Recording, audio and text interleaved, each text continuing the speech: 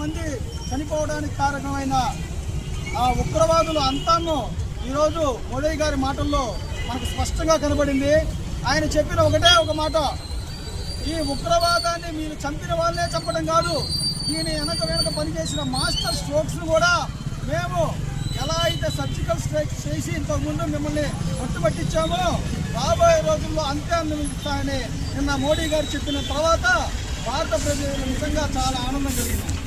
ఈరోజు పాకిస్తాన్ మీద యుద్ధం చేయమని స్వయాన ఉత్తరపక్ష దేశాలైన జపాన్ కానీ, ఇజ్రాయిల్ కానీ, ఫ్రాన్స్ కానీ, కెనడా కానీ ప్రత్యక్షంగా మీరు వాళ్ళ మీద యుద్ధం చేయండి, మేము సపోర్ట్ చేస్తామని అంటున్నాయి. దీన్ని బట్టి రాబోయే రోజుల్లో ఉగ్రవాదానికి సపోర్ట్ చేసే ఏ దేశమైనా సరే భారతం ఎంత సహన దేశమో అలాగే అంత ఉగ్రరూపం దేశమని రేపు నిరూపించాల్సిన సమయం ఆసన్నమైంది.